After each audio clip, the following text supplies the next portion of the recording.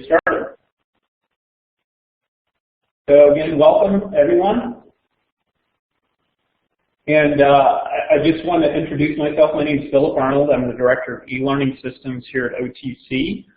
Jackie Harris, who also works in our office here with OTC Online, is going to be monitoring the type chat again. So if you have questions, feel free to post those in the type chat area, and we'll answer those as we can. So I wanted to start out, and maybe when you logged into the session and you saw this slide, you were thinking, uh-oh, I'm in the wrong place. I did this intentionally, and I don't mean to poke fun at anybody that uses clip art. Clip art is, you know, there is a time and a place for it, but whenever we don't know the community in which we're talking to or interfacing with, I don't know if this is an appropriate slide, opening slide to start out with. And I just wanted to get your thoughts as you saw this when you entered the room, what your initial thoughts might have been when you saw this. Go ahead and use your type chat if you want. Maybe just, please, if you want to share. Well, that's part of it too. And that's interesting that you say that. She said it would, Eloise said, and maybe just fun came to mind. Like, right, it's hard to be visually interesting. Yeah, there's a lot of color going on. The little magician with the rabbit. It does look fun, and silly. And I guess that says something. I'm not typically known as a silly or fun person, probably by nature. So yeah, that's good. I wasn't paying too much attention, but it seems gimmicky. Yeah, that's true too.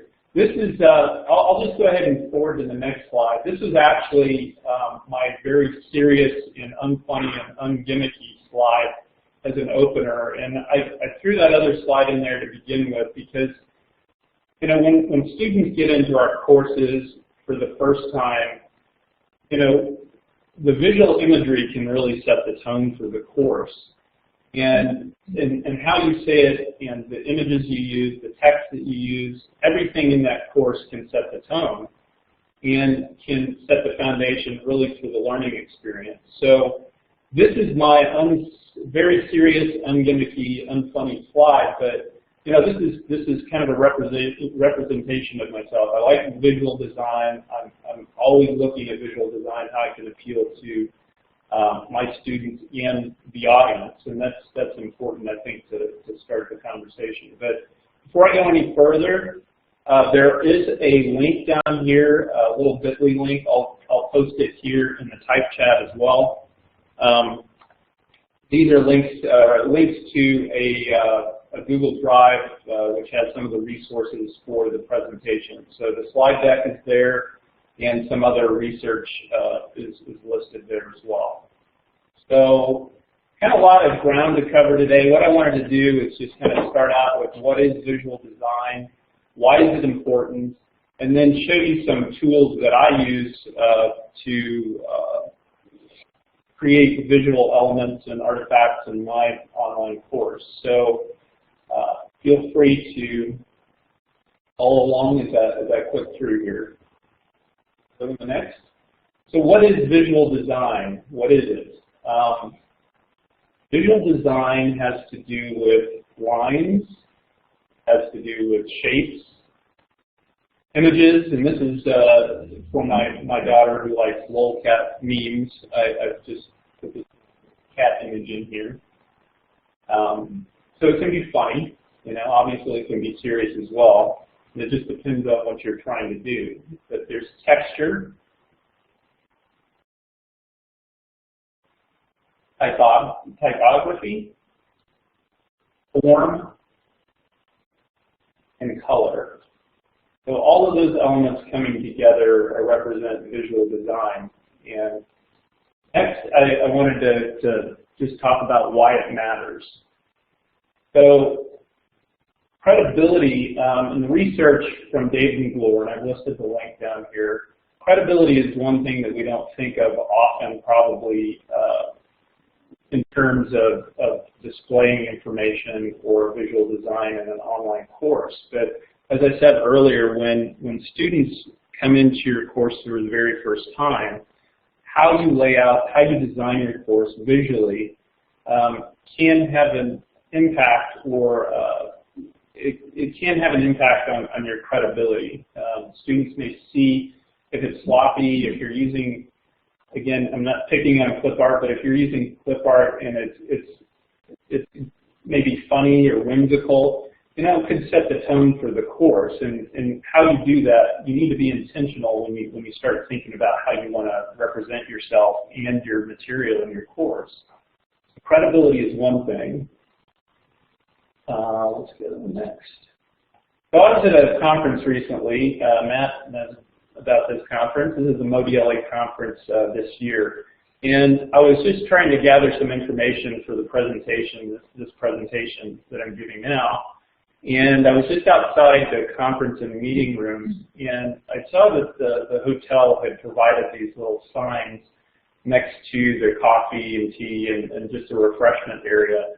And I just wanted to post those because you see evidence of signage, visual design all over the place. It's how we pick our restaurants. It's the atmosphere that we enter. It's how we make decisions, really, when it comes to where we go, where we shop, where we, what we like to, or where we like to go. So I just wanted to pause for a second. Maybe I can get some feedback on what you think of these signs and what it says really about and how it relates to credibility. So I'll take a few seconds and maybe enter some comments in the type chat area. Eloise, if you want to. It wasn't thought through very well. Wasn't thought through very well was the response here.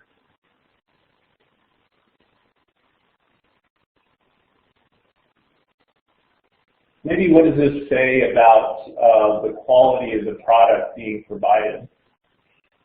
Like they don't care too much, what Matt said.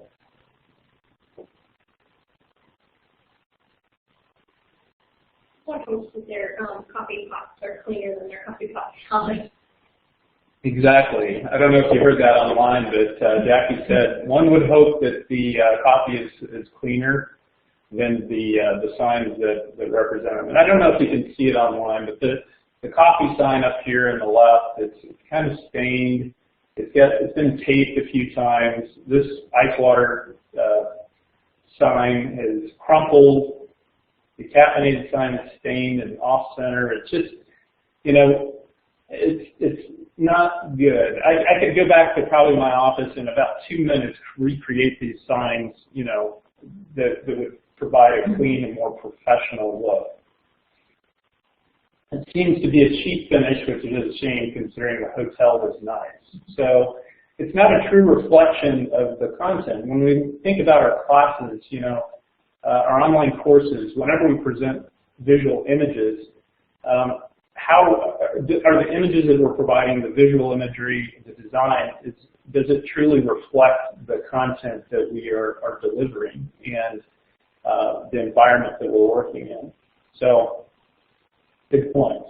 Neil asked about the rocks, whether they were holding them down, and that's another good point. I mean, the rocks aren't really representative of anything. They seem out of place. Yeah, they seem out of place. And they don't match.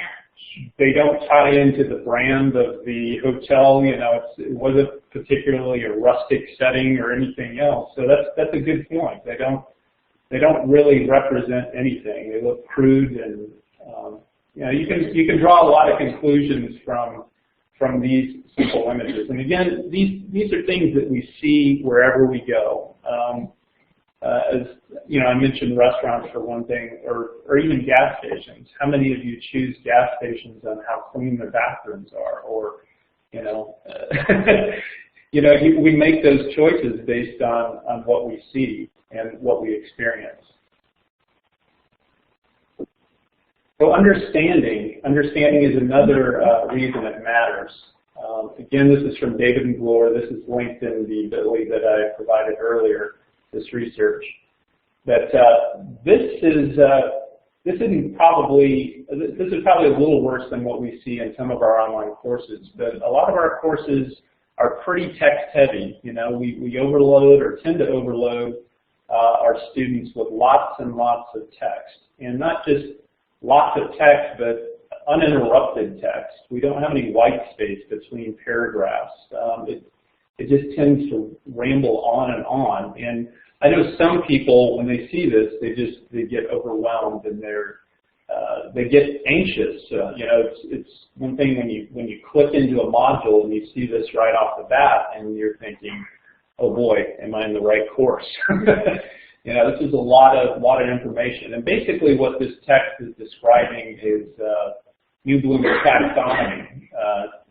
Most of you are probably familiar with Bloom's taxonomy, but consider this slide. This basically describes Bloom's taxonomy, which was represented in text on the previous slide, but it does it in a visual and graphical way.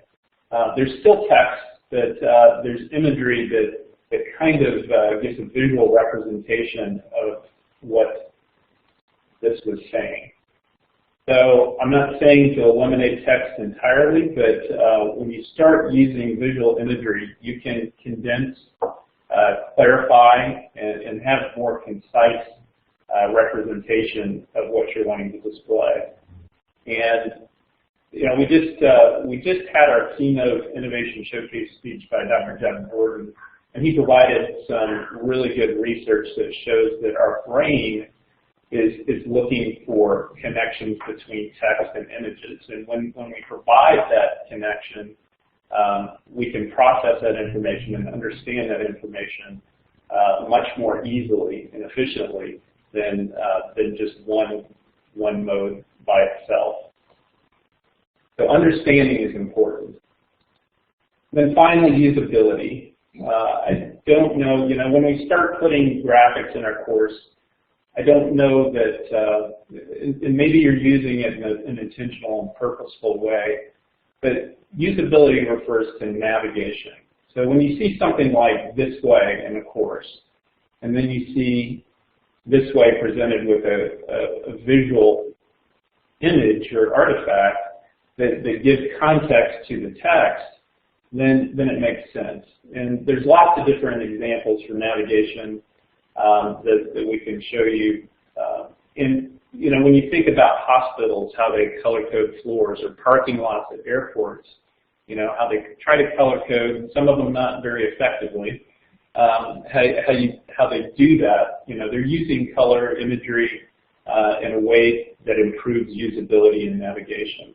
So that's another way, or another reason it's important. And this was taken again from David Mgloor's research. Design and aesthetics had a profound impact on how users perceive information, learn, judge credibility, and usability, and ultimately assign value to a product. So that's why visual design matters.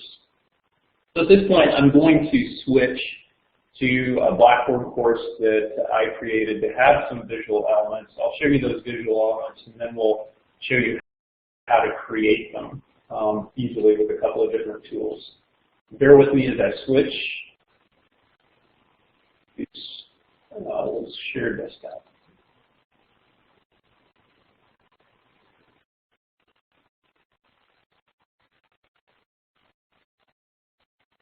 So over the summer, I taught a visual design course for instructors here at OTC. It's ONL 211, Visual Design for Online Teaching and Learning. And this is the first time I taught it, and it really started me thinking about, since I'm teaching, you know, I wanted to model best practice for visual design, and it really challenged me to think about visual design and how to use it purposefully in the course.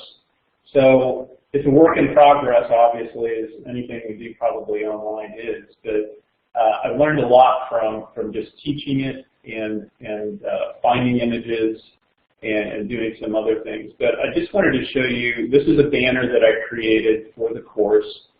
I have images sprinkled throughout. Obviously, I wanted to model imagery that basically, this is 4th of July, and it was over 4th of July, so I had some 4th of July images.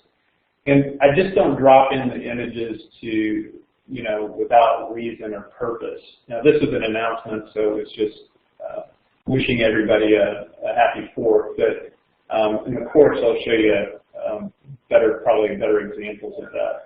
You'll notice with any of these images, I've referred to the source, or I've cited the source down below the image.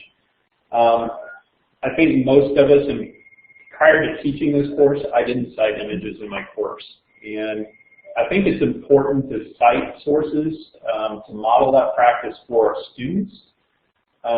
We ask them to cite sources in their paper and other creative work, so why not do it for images? Why can't we show students that we are actually referring to creative works and citing sources? And I'll show you how I've done this in the course. I don't list I don't cite every image underneath the image, but I do have a works cited page in my resources area that does that.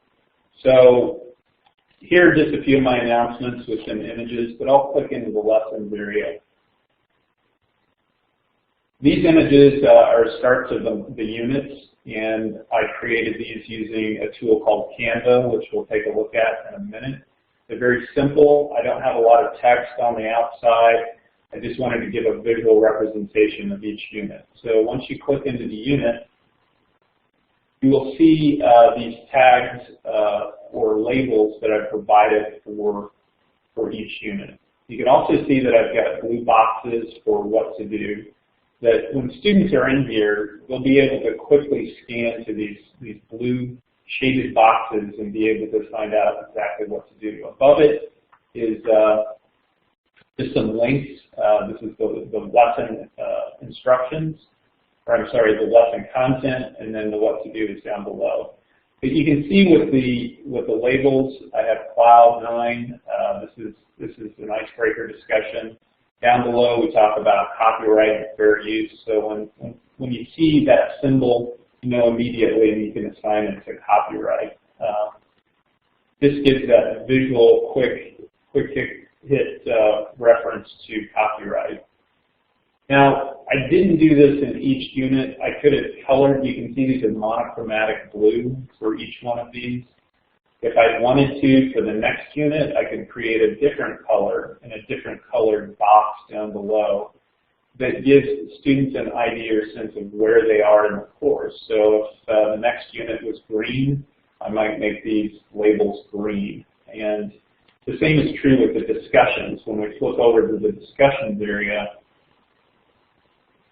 I could have created these as different monochromatic colors to represent which unit these discussions actually are located in. So that's just one way you can kind of create that usability in the course. From a credibility standpoint, hopefully my students, when they got in there, they said, okay, well, this makes sense. It's logically arranged. The content is not overwhelming. So go back to the lessons area. It's broken into small chunks with objectives. And from an online pedagogy standpoint, breaking it into small chunks is best practice too. So we don't want to overwhelm people. We want to have white space in between certain areas between what to do and the content above it, and just breaking it into manageable pieces. So getting back to citing our sources, and I just want to talk briefly about copyright because we get this question asked a lot from instructors. When is it okay? How do I find images? What is appropriate use of images? Do I need to cite sources? Can I use copyright information? Again, there is a nice article that kind of breaks it down very simply in that bit.ly that I gave to you. The Copyright Compliance Made Simple: 6 Rules for Course Design. This document here really spells out what's appropriate, when you can use images, how to cite images, and what is fair use. And one of the rules, rule number 5, and this is the big one in that document, if you own a copy of the materials but not the copyright, or you want lawfully access materials to which someone else owns the copyright, you may use them in your courses if you can meet one of these bullets down below. So if you found a copyrighted image, you can use them under this one in particular, if the use is a fair use. And there's a lot of interpretation, as most, whenever you start talking about legal aspects of anything, there's a lot of interpretation and open interpretation. But fair use basically means that if you're using it for teaching purposes, there's other instances for commentary, for satire. Fair use, copyright materials fall under fair use. And fair use also means that it's for the intended purpose. So if the intent of the copyright is to provide that information so that you can teach with it so other people can learn, then you can assume that that information or that image is fair to use. So when people ask me, can I use copyrighted materials, I say, what do you think the intended purpose is? And it's a judgment call. Sometimes you have to make that judgment call. But you can generally use copyrighted materials in your course. I always put the disclaimer on there that you need to cite anything that you do that involves copyright. So it's important to provide that citation or attribute your source when you do provide that image in your course. So flip back real quickly to Blackboard, and you can see these images aren't mine. The little dart, the little cloud image, copyright symbol, none of these were my images. There are lots of different sites out there that you can find these images from, Google Images, Pixabay, Flickr. I'll provide some of those sources for you as well, but these aren't mine. I did not create these myself. I modified them, and I'll show you how I did that later. But I do refer to where I found them, and I did that under the resources area. I list all of the images in my course. This is something you can consider doing. It does take just a few minutes, but honestly I found that it didn't take as long as I thought it would, especially if I've got a way of doing it. So this is the way I did it. Well, let me close that. And just open up this document and show you how I did it. I simply just made a table in Word, and whenever I found an image that I wanted to use, I copied the source, and this is the proper way under Creative Commons Attribution to list your source. The title, the creator, where I found it, Flickr, and if it's an attribution license. And there's lots of different licenses, but basically an attribution license means that it's free to use if I attribute the source. So then I link to where I found this particular image. I also list where that image appears in the course. And this particular image appears into the announcements area. So you might think it takes a long time to do this, but as I'm finding images, I simply just open up this document, cut and paste this information in, and then I provide this reference for my students. Again, I think it's modeling a good behavior and practice. You know, we want to make sure that our students are not obviously plagiarizing information or creative works, and this is just one way that I can model that behavior in my course.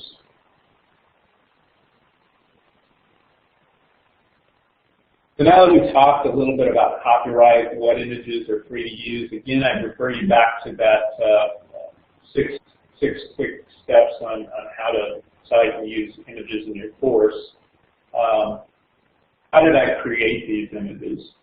So I'm going to switch now to this website. This is a Creative Commons website that shows you lots of different sources for Creative Commons type images. And Creative Commons, for those who don't know what Creative Commons is, a nonprofit organization that basically shows you how to share and distribute work created. So all of these sites have Creative Commons images located on them, basically meaning that the creators have allowed images to be shared under certain licenses. So if you were to visit any one of these sites, Flickr is one that I use commonly. Google is another one. I think a lot of us probably use Google Images to search for images. And I'm typically looking for images that are licensed for me to share freely, either to reuse with modification or just to reuse. And reuse with modification, you saw in my course where I've basically created a label. I've taken some color images, made them monochromatic, so I've modified them in some way.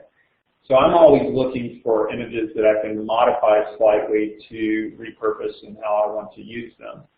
So to show you what I mean, I'm going to go to Flickr. And this is Flickr. You can just go to flickr.com. You can instantly do a search, and for this search I've just already typed in coffee. But if I want to search, basically right now it's coming up with any license, meaning that some of these images may be copyrighted. Again, under fair use, we could probably use a lot of the copyrighted images if it's for the intended purpose of teaching and learning. If you can ascertain that, sometimes you can. But I want to go ahead and filter my search to just look at modifications allowed type images. And you just do that under any license, modifications allowed. And you can see that it changed the display. It filtered the images to just images that I can download and use with modifications allowed. So if I wanted to choose this image, of course you can search through the various images, but if I wanted to choose this image, I just click on it. Down here in the right-hand corner, this is where you would download this photo. And again, this is the owner or the creator. This is the label. This is the information that I would copy into my Works Cited page. And when I'm ready to download, I can just hit download. And you can see it gives you lots of different sizes to choose from. Generally, for web viewing, you don't need to go as large as this original size. Web viewing, probably a medium size would be appropriate. And it just keeps the file size a little smaller and more manageable. So if I downloaded that now, I'm just going to save it. Also, I save my images. Anything that I use in my course, I save it to a folder where you can retrieve those images at any time. It's just good, easy practice for managing my documents and my images. For this particular image, I'm just going to save it to the desktop. So once I have that image and I want to use it, I can open that in PowerPoint. I can open it in that other tool called Canva, and I'll show you how to do that in a second. But I did want to show you, since most of us, or many of us, use Google to search for images, how you can filter by license in Google. I'm going to switch to Google. And this is Google. I'm under Images. I've already done a search for coffee under Images. And to filter these, you can go to Search Tools. It's not obvious, but you got to go over to Search Tools and then Usage Rights, which pops up down below. So if I go under Usage Rights, you can go to Labeled for Reuse with Modification. I'm going to select that. And again, it changes the display, and what I'm seeing now are images that are available for reuse with modification. So if I found something here, I could go ahead and download it as I did through Flickr. So that's how you can do it through Google Images. Okay, so now that I have my image, I'm going to open that image, or actually I'm going to open up PowerPoint. PowerPoint is a tool that I use for a lot of graphic design work. Since it's on most everyone's computer now, it's available, and there's some pretty powerful tools in PowerPoint that you can learn to use. Go back and show the filter. There was a bit of lag. Oh, yep. Switching back just real quickly. So let me just go back to Google, or I guess you're talking about Google Images. Mm-hmm. Under Google Images, once you've done your search under Images, the filter is actually under Search Tools. It doesn't say filters or licenses or anything else that you would think that it does or should, but you just click on Search Tools and go to Usage Rights. This is where you can select the different types of licenses here.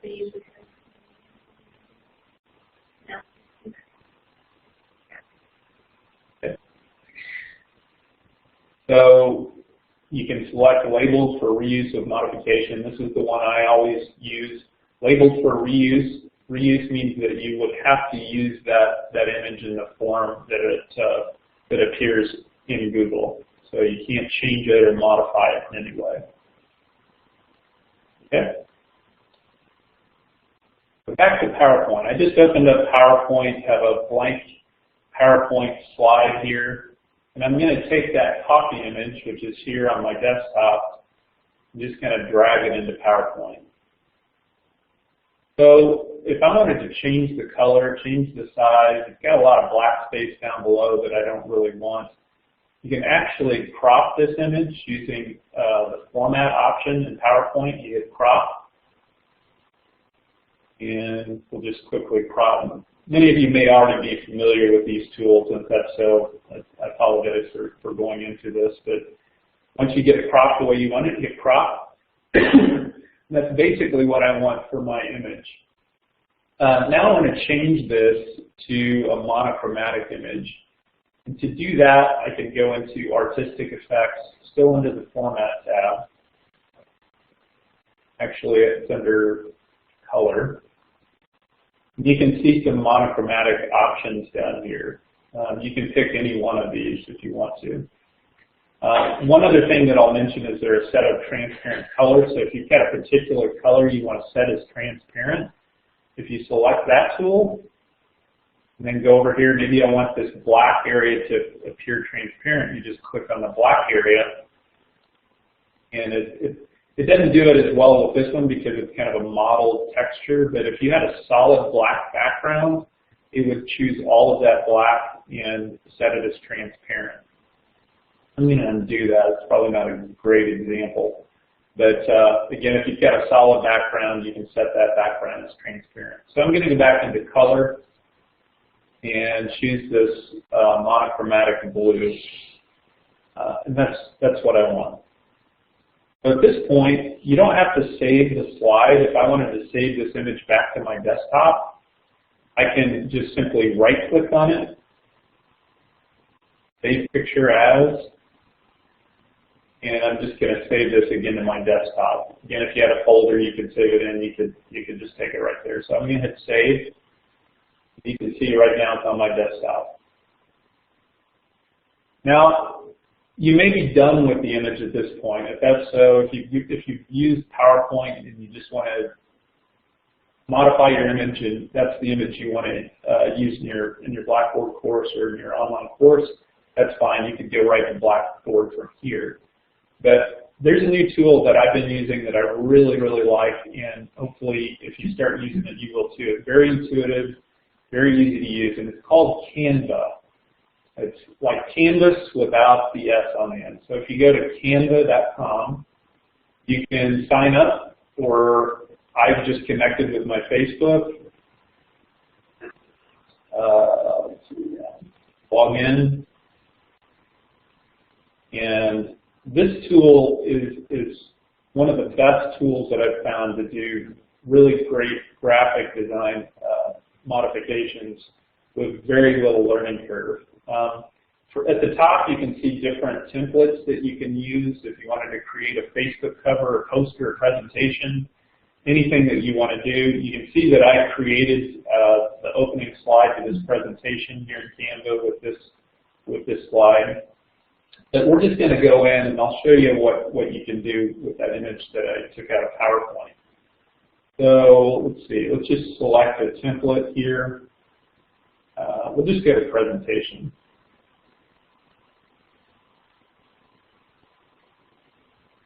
opens up a template for us.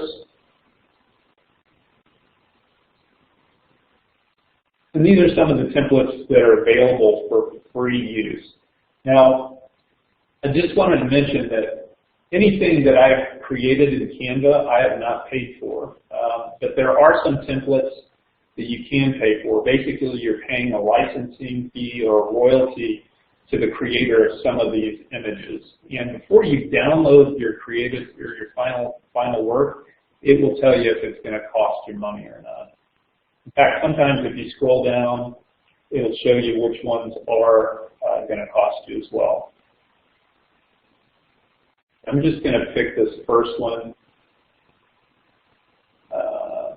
Actually, I'll pick this one. So at this point, when I pulled in the template, I can actually click on the text. I can change the text. I can delete the text. I can change the color, the font size, and do some different things here.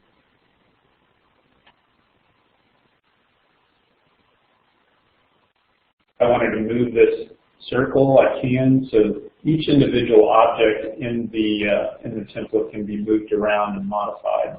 And this is how I created the opening slide. Let me go back. Actually, yeah, you can see up here in the right-hand corner, it saved it. Any changes you make, it saves it automatically for you. If I was done with this presentation, I could hit download right now, and it would let me download that file.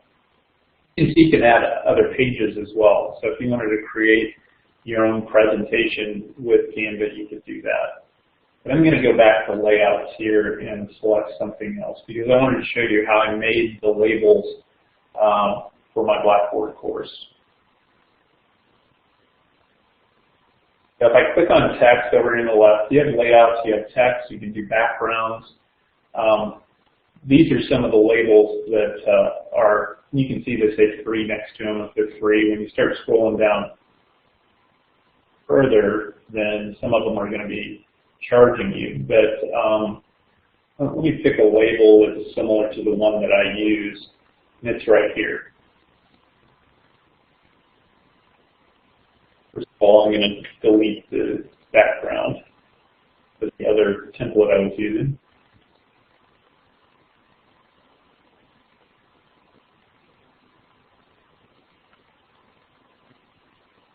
You can see that there's a space here where I can drag a photo. I can also change the text over here on the left or change the color of this little ribbon. Keep that one last thing here.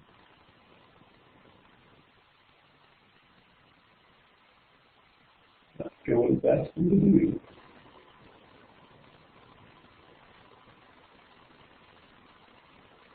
20 me to select the image for that circle. So we'll go ahead and do that.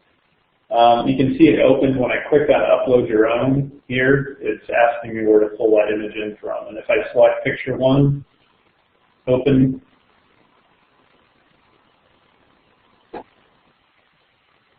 Here, what's happening?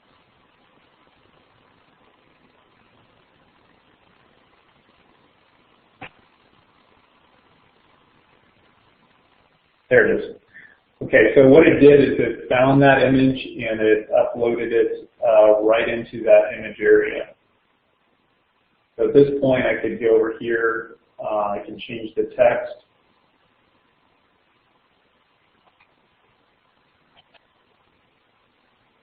I can change the ribbon color. If I select the ribbon, you can hit the little pick a color wheel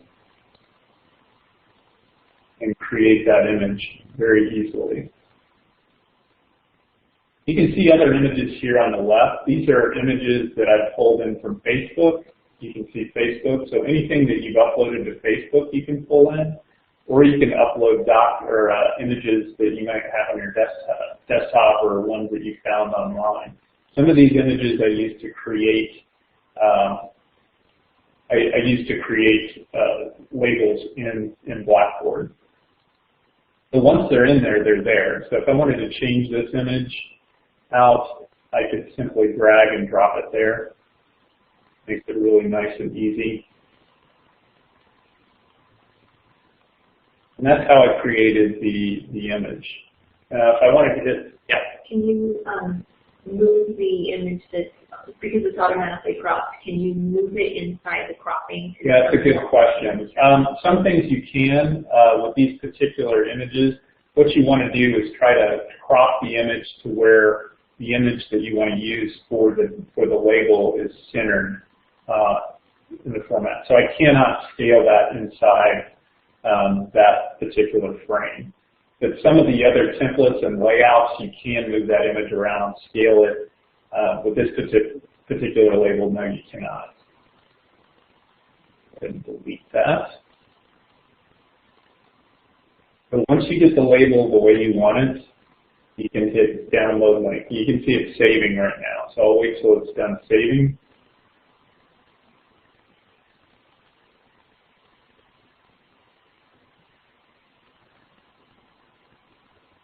This way you create the icons and boxes. Yes.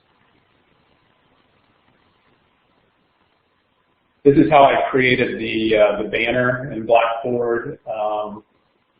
If I went home, I could show you for Blackboard banners. You can see up here, you've got your template sizes, but you see this use custom dimension. You can put in your own size for your blank template. So if I wanted to make a banner, typical banner width is going to be 800 to 900 pixels wide by about 200 pixels tall. And that's a good size to use for a banner in Blackboard.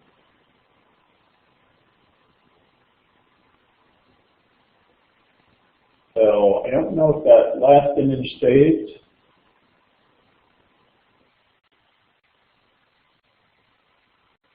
Okay, it's done. So if I hit download or link, right there, you can publish that image to a PDF or an image format. You could also share that link. So if you wanted to embed a link in your Blackboard course, you could do that. You could also allow anyone with this link to edit. So for an art class or something else where you wanted to have a collaborative process with your students, you could click on that, and that link would let everybody join that Canva template and allow them to modify that design. I'm going to download this as an image because that's what I want to work with in Blackboard. If I click on image, it's preparing the image. And this is free. This one's a free one. And it'll save it as a PNG image format, which is perfect for Blackboard. And again, I'm just going to pick desktop. Again, if you have your folder system or management, you can download it to whatever folder you have your other images stored. And I'm going to hit save. And it's downloaded it now to my desktop. At this point, I'm going to switch back to Blackboard, and I'll show you how to upload that image. So I'm just going to go to content area. I'm already, let's see, go back to lessons, build content, item. I'm going to create an item. I'm just going to name this test. And so I want to embed that image to start off the lesson. So I put my cursor in the content editor. I hit the image, insert, edit image tool. And I'm just going to browse my computer, find that image. There it is. This is important. When we're talking about visual design, one thing that we didn't mention, which was very important, is accessibility to students.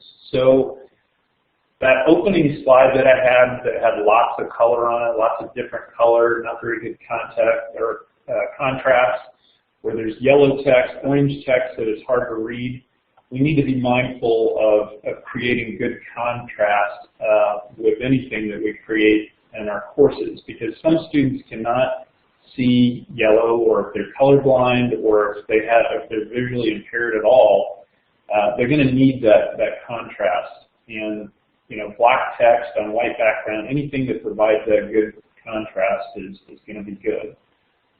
So accessibility is important, and one thing that you can do in your courses, and it doesn't matter what learning management system you're using, Canvas, Blackboard, Moodle, whatever it might be, whenever you're inserting images, you can put image descriptions for the image that you're inserting. And what putting an image description does is that whenever your cursor or screen reader technology that some of our visually impaired students use rolls over that image, it will read to students what that image is. So in this case, it's a copycat logo. I'm just going to type that in here. And I usually just copy the image description and put that as the title as well.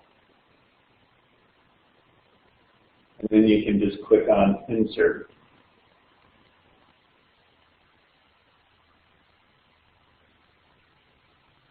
And there it is, very, very large. That's a little larger than I want it, so I'm just going to click on it and use the little grab handles here to scale it down. And once I have it where I want it, you know, if I wanted to add text below it, this is where I would start my lesson content.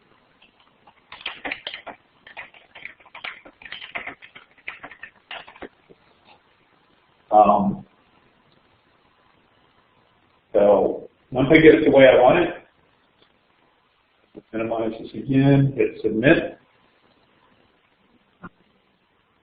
It cannot be cropped in Blackboard. No, you want to do your cropping or image editing either in PowerPoint or Canva beforehand. It's a good question, yeah. So there it is right there. The image label has been added. Again, you can pop that in there real quick, and it's good to go. One other thing I wanted to show you here too, and it's something that I don't know if everyone's using Blackboard. It probably doesn't matter if you're using Canvas or another LMS, but there's another way to I think easily lay out graphics and images in Blackboard, and that's using the table tool. So I'm going to go in and edit this. And I'm going to add a table, and I'll show you why this is a lot easier. When I hit table, I'm going to make a table that is it's just one row and two columns. So I've got two columns and one row. For a border, which is the outline of the table, I'm going to set that to 0 because I don't want students to be able to see the border. And then I'm going to make this width. Again, 800 pixels wide is about normal width of screen for viewing. So I'm going to make this 800 pixels wide. And then I'm going to go under Advanced. Under Advanced, you can actually set the background color for that table. I actually have a little tool that I've loaded into my browser called Color Picker. It's called ColorZilla. If you want to know how to insert that into your browser, it's kind of handy, and I'll show you how that works. Once you get it loaded, and this is just a ColorZilla extension for the browser, I can pick that browser, hit Color Picker. If I know the RGB code for the color, I can add that there.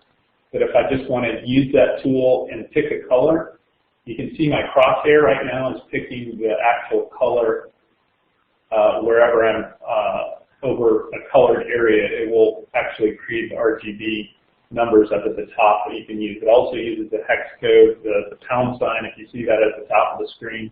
That 365682 is the numerical representation of the color I'm hovering over right now.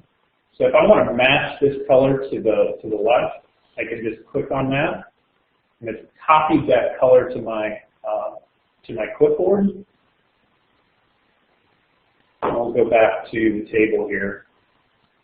I'll show you why that's important. Once you have the number copied, you can get that advanced screen and be able to pop that number in. And I'm making this 800 pixels wide. Go to Advanced. For background color, I'm just going to paste that number that it gave me, which Control V to paste. it popped in that hex code for me already. Hit enter. So this color in this table is the same color as what's here on the left side of the screen. And this is how I created those color boxes basically for what to do below each content area. So at this point, you can see there's two columns here. You may not be able to see it online very well. Oh, okay.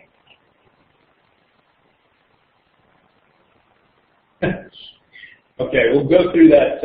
Again. So, ColorZilla will load actually in Mozilla Firefox browser. It'll also load in Google Chrome, which I'm using right now.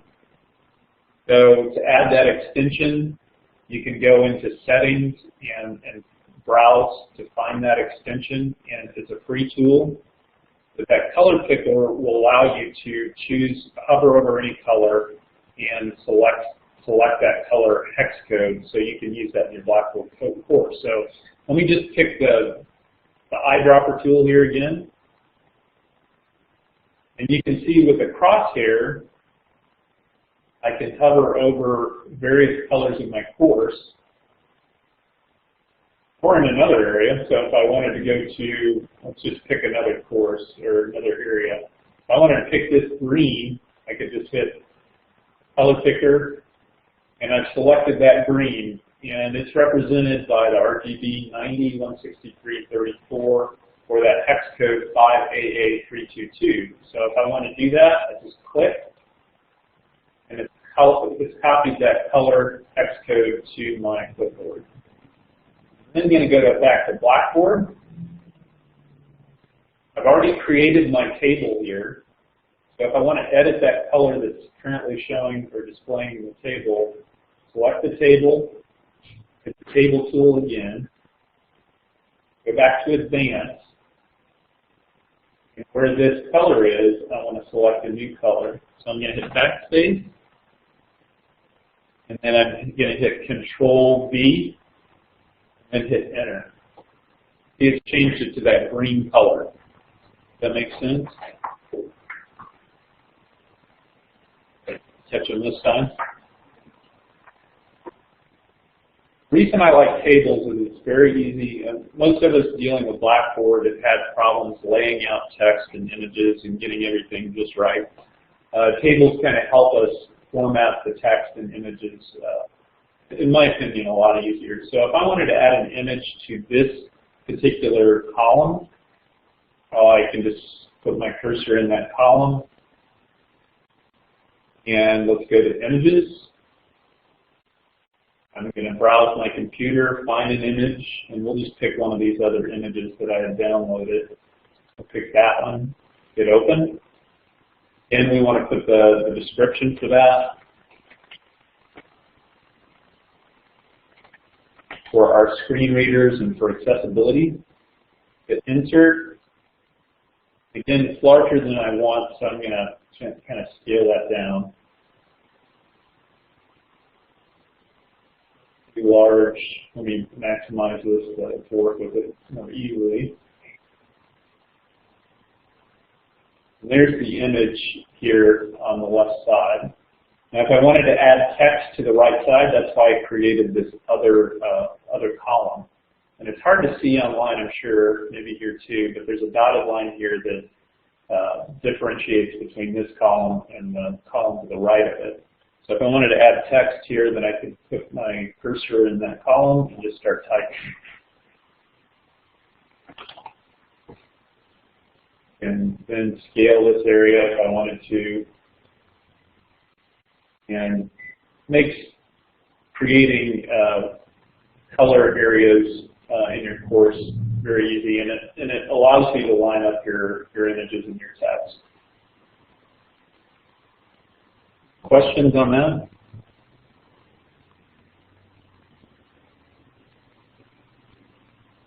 We are approaching just about 1 hour. I don't know if there's, we don't have a session after this one that was canceled. We have one at 11. So if you want to attend the session at 11, Jackie, what would they do to the link in the calendar appointment or the link on the Innovation Showcase website? The link on the Innovation Showcase website should get you there, but it's for iPad users. So if you don't have an iPad, it might not be particularly helpful. But well, they're going to make that tool for Android eventually. Eventually, but it's not there yet. So Matt wanted to know, is that how you align to your discussion board icons and Miragraph? Yes, I did use the table. If you wanted to just not have to create a color background, by default it keeps it white. But this is how I align my icons. Let me go back and just show you where that is. How I align my icons and discussions with the text. So if I go to discussions, these were all tables that I created. And you can see it left justified. It puts everything cleanly in there the way that I want them to appear. So that's how I did it. Good question. Any other questions before we wrap up? I just wondered the new background on Blackboard. Mm-hmm. So, from what you're saying, are those really too busy and not that everybody? No, Blackboard actually, it's a good question. Eloise asked if the backgrounds to which you can select from in Blackboard are too busy, maybe or too distracting. I mean, there are some, if you pick like this one, this future one. Future is a little bit more. It's a little bright. And again, you know, I think when you're talking about visual design, be mindful of your students, and some that might have disability, some might find that visually offensive. So Blackboard has been certified as accessible by, I forget which standards they are, but the fact that they have these in here means that they've passed some certification as far as accessibility. So, yeah, by default, if you choose one of those themes, the background colors and the text colors do meet the accessibility. You can go into the customization teaching style and change it there, and it doesn't stop you from making it like yellow on white because it's not very high contrast, but it does give you a warning a lot of times. This is out of range. It is, yeah. some are a little less in your face than others. Yeah, but, some are really bright. yeah, as far as changing the background, I don't know if you saw how to do that. The little color wheel or color swatch up here, you can just come down and change the background very easily.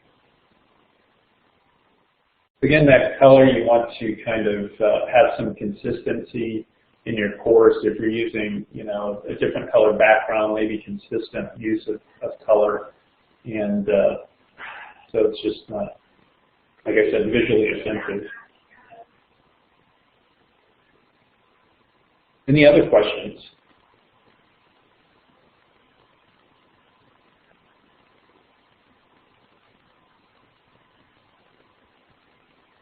Okay. It's now 10 o'clock, so I just want to thank you all for attending. And this session is recorded, so we'll make the link available to everyone today. I'm not sure if it's going to be today, maybe tomorrow or the next day, but we will get the recording to you. And again, I appreciate you coming. Hopefully you can attend some other Innovation Showcase events. We have people presenting from MSU, different institutions. Drury, I think, is presenting. Evangel, I don't know if Evangel's, but we've got some great presentations coming up during the week. So thank you again.